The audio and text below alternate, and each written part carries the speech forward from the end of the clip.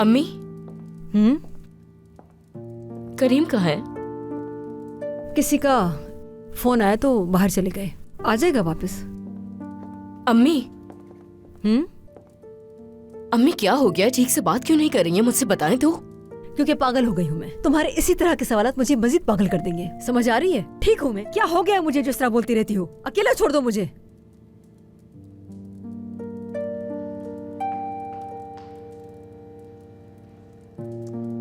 ओह मेरे खुदा, अब तो इन लोगों से पूछना भी कुछ गुनाह हो गया है।